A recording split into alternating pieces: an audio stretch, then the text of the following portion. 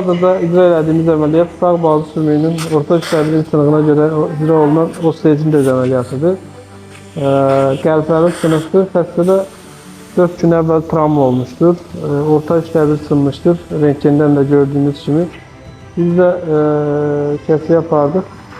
Eksternal, ekstrakortikal osteocenez ameliyatı deyirik buna. Yani plastik ayının fiksasiya edəcəyik.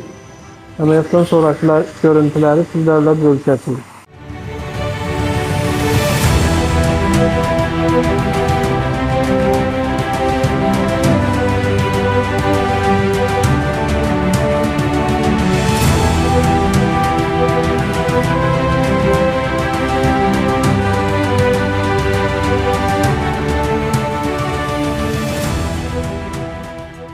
HCC Clinical Hospital. Sağlamlığınızı bize itibar edin.